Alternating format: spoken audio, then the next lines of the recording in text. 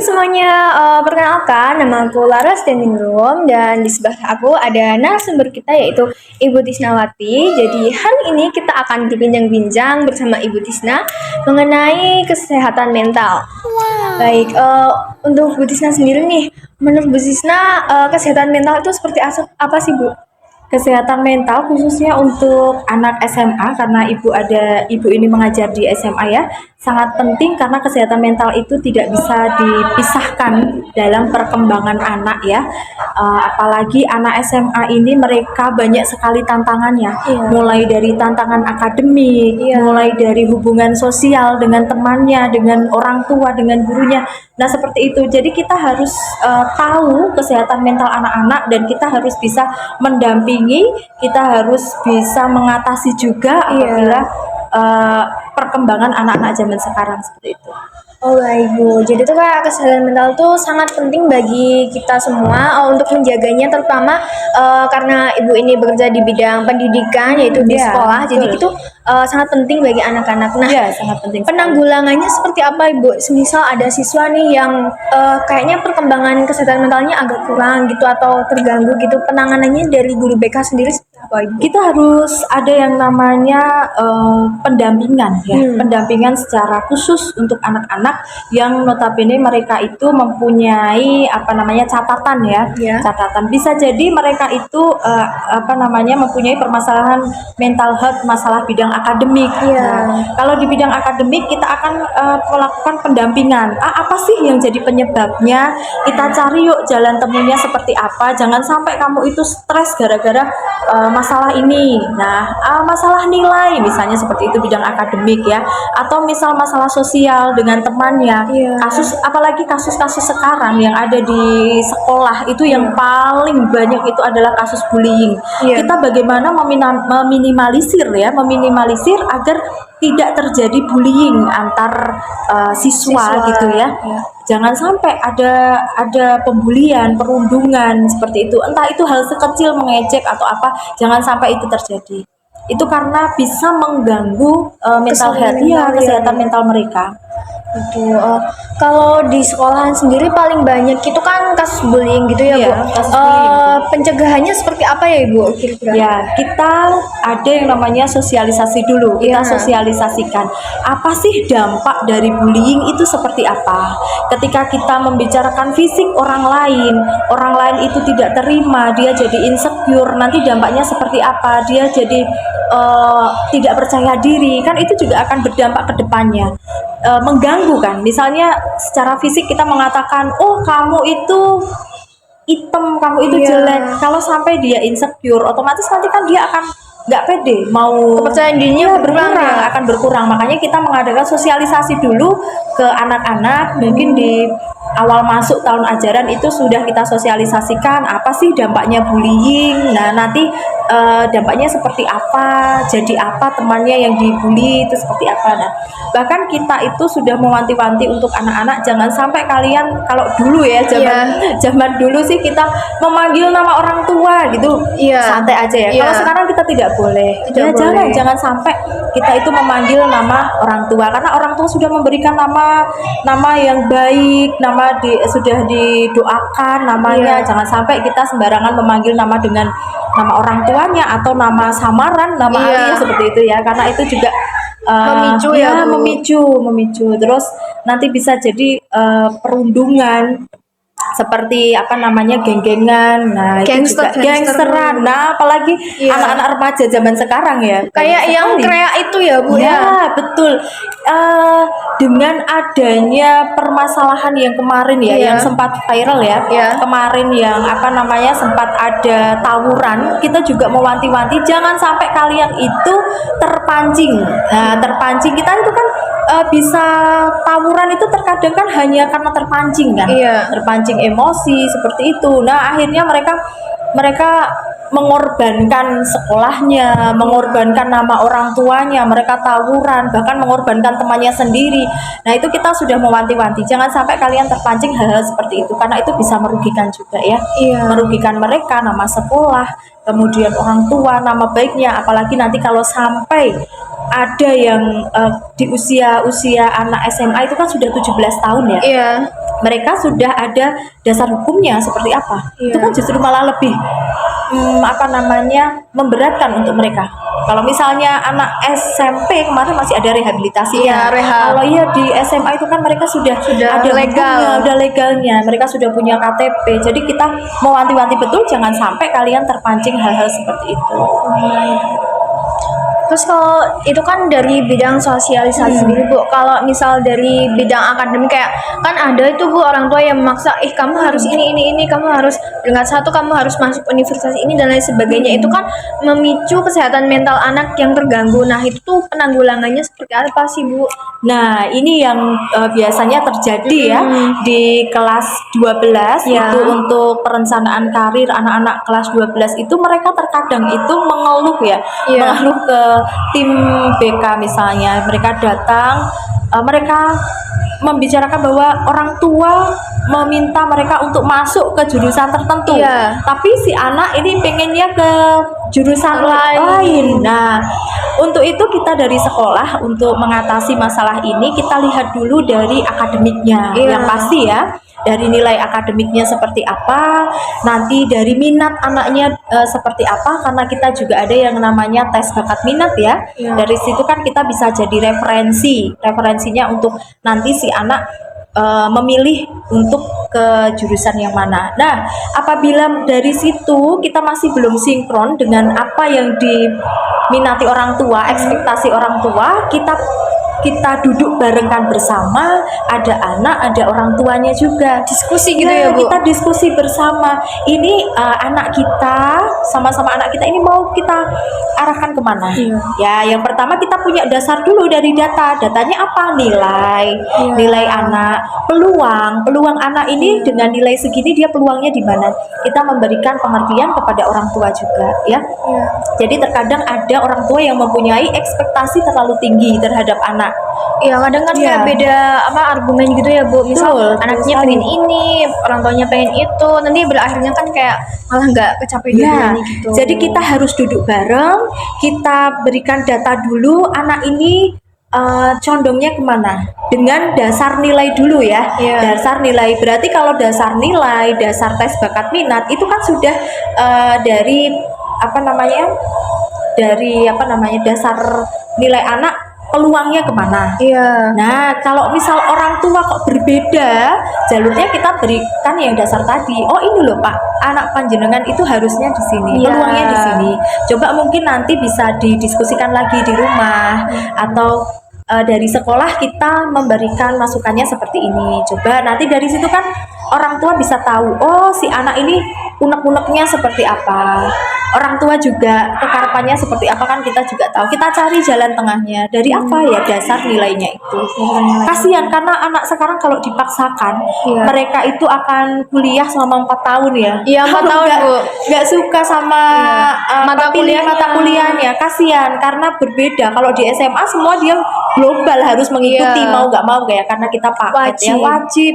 Tapi kalau di kuliah kan kita bisa mengarahkan. Iya. Mana sih kalau dia ambil di ini nanti peluang kerjanya apa? Iya, lebih menjurus juga ya Bu, lebih Betul. mendasar juga. Soalnya Ya. tuh sekarang tuh banyak juga yang mahasiswa-mahasiswa itu kayak ngerasa salah jurusan, akhirnya tuh kayak proses pembelajarannya terhambat Ya, gitu ya akhirnya Bu. kan tidak maksimal. Dia ketika nanti mau kalau misal masih di awal-awal oke lah Iya. ya. Kalau sudah di semester 6 atau semester 5 ke 6 kan kasihan Iya. ya mereka sudah mengorbankan waktu, tenaga, biaya seperti itu.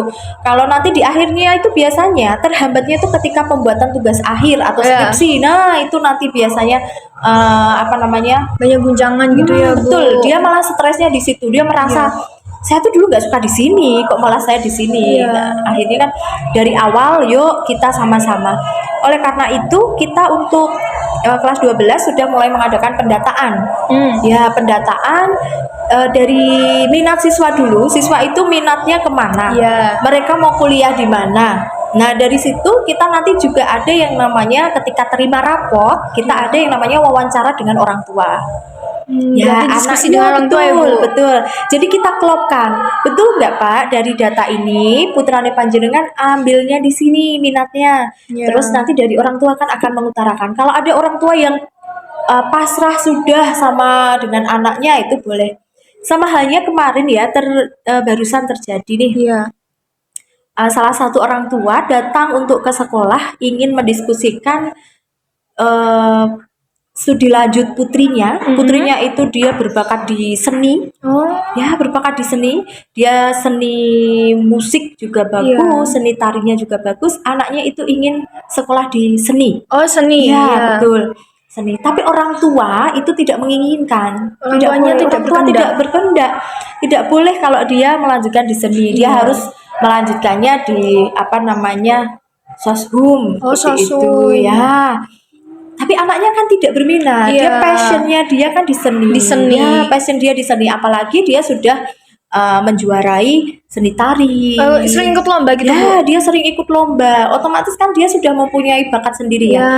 Ketika bakat itu nanti dia tersalurkan, ketika dia nanti kuliah di jurusan seni, Iya. otomatis kan lebih berkembang lagi, Iya. akan berkembang lagi. Nah, oleh karena itu orang tua minta untuk dijembatani kemarin. Nah, jadi kita memberikan langkah-langkah, masukan terkait prestasi anak juga seperti apa. Terus gambaran apabila dia masuk di jurusan seni, nanti dia seperti apa prospek kerjanya. Nah, itu kita sudah memberikan gambaran alumni kita seperti apa. Nah, itu yang sudah bisa membuat sanggar tari yang besar. Iya. Nah, itu kan juga berawal dari dia mengambil keputusan untuk kuliah di jurusan seni tari waktu itu kan Iya. seperti itu.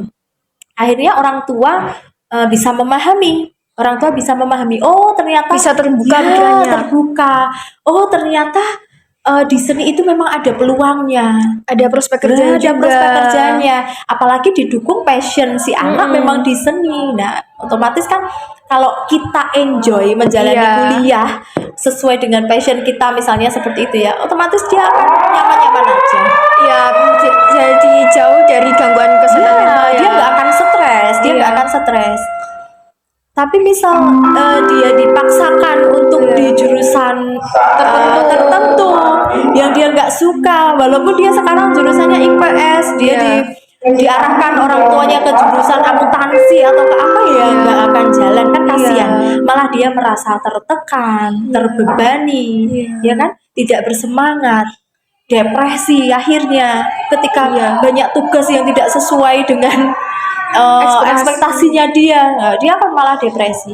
Nah, otomatis kita sebagai sekolah menjembatani agar orang tua itu bisa saling mengerti ya keadaan anak. Baik, kalau dari Ibu sendiri ada tips and trick nggak sih Bu buat menjaga kesehatan mental bagi siswa-siswi yang sedang melanjutkan program studi mungkin atau yang sedang dalam proses pendidikan seperti itu Bu? Tips and triknya kalau kita sih tidak ada tips khusus ya yang bagaimana ya, kita mengalir aja. Tapi yang pasti kita ada selalu pemantauan ya, pemantauan terhadap anak Berkala ya Bu? Ya, pemantauan berkala itu sangat penting ya, karena anak-anak sekarang itu kemarin terlihat baik-baik saja, tapi ternyata pada saat ini dia ada sesuatu yang dipendam kan seperti itu ya.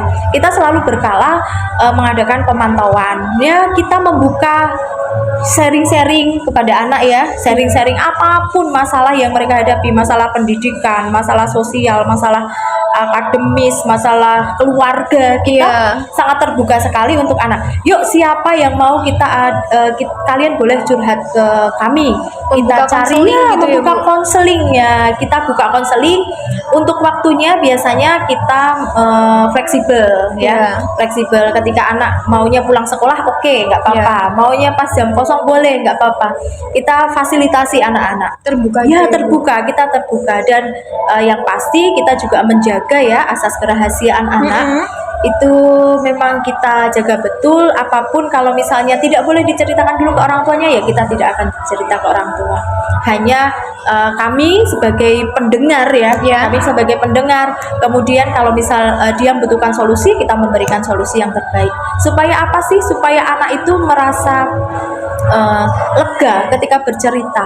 Dia merasa plong. Terkadang di rumah mereka tertekan, dia tidak berani bercerita dengan orang tua, malu bercerita dengan teman. Nah, mungkin bercerita dengan kita, bercerita dengan kami, dia bisa lebih fresh, bisa lebih legowo. Nah, kalau misalnya ada yang harus kita berikan solusi, kita berikan solusi. Tergantung kebutuhan dari Betul, siswa tergantung tersebut ya, Bu. kebutuhan dari siswa. Kita belajar untuk saling memahami ya, Ya. saling memahami. Kita mendengarkan. Kita sebagai guru kita tidak hanya menjudge anak Iya. seperti apa, tapi kita harus mendengarkan mereka berbicara, mereka bercerita. Apa sih yang jadi ganjalan dari mereka? Ya, karena zaman sekarang itu permasalahan anak kan sangat kompleks ya. Iya. Sangat kompleks dan itu bisa berpengaruh pada pendidikannya. Ya, pada pendidikannya itu juga sangat berpengaruh besar. Jadi kita harus lebih memahami anak zaman sekarang ya.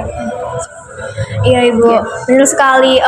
Karena tuh di era globalisasi ini tuh kesehatan mental tuh sangat penting bagi kita, terutama Gen Z ya. Biasanya Betul. tuh lebih sering terkena gangguan mental karena mungkin dari faktor sosial tadi ya Iya, Ibu, faktor sosial, faktor akademik juga, keluarga dan lain sebagainya. Oleh karena itu kita harus menjaga kesehatan mental kita melalui mungkin kita melakukan hal-hal yang kita senangi ya Ibu. Betul, hal yang disenangi Yang kita- selama itu positif ya. Iya, kegiatan itu selama itu positif. Kita menjauhi hal-hal yang negatif dan juga yang membuat pemicu dari gangguan kesehatan mental tersebut. Betul ya. Jadi ada tambahan lagi Bu? Ya. Ada tambahan lagi? Mungkin ada kesan-kesan atau bagaimana? Pesan-pesannya ya untuk anak-anak remaja zaman sekarang ini. Iya. Apalagi ini calon guru BK ya. Harus bisa lebih memahami gen alpha nantinya. Iya. Ya. Jagalah kesehatan mental kita. Ketika mental kita itu sehat ya, kita melakukan apapun akan lebih bahagia. Iya. Ya. Kita tidak akan ada rasa insecure, tidak akan ada rasa tertekan ya. Kita akan lebih bahagia. Jadi kita harus sama seperti yang disampaikan Mbak Laras tadi, kita harus melakukan apa sih kegiatan yang kita sukai dan kegiatan yang positif khususnya Iya. ya. Seperti itu. Baik, kesimpulan dari podcast hari ini yaitu menjaga kesehatan mental sangat penting, terutama bagi seorang yang masih dalam tahap pendidikan itu sangat penting juga. Bukan dari diri kita sendiri ya, selama itu ada kayak program konseling dari sekolahan. Kalau di bidang SD, SMP, SMA itu kan ada guru BK, sedangkan di universitas mungkin ada konseling sendiri atau mungkin ada sesi konseling di prodi masing-masing seperti itu. Ada ya kalau di kampus Ada ya? Ibu, Ada ada ya? Bu konseling. Jadi misal mahasiswa tuh ada keluh kesahnya atau ingin curhat dan lain sebagainya, itu ada sesi konselingnya Oh, juga jadi Ibu. sudah difasilitasi Iya, sudah ya? difasilitasi dan itu terbuka untuk umum juga Ya. seperti itu. Apalagi zaman sekarang ya, Ya. anak-anak kuliah sekarang kan banyak yang Banyak tertekan ya, mental gangguan health mental ya. juga. Iya, seperti itu Bu. Baik, mungkin cukup sekian podcast kami pada hari ini. Terima kasih. Wassalamualaikum warahmatullahi wabarakatuh.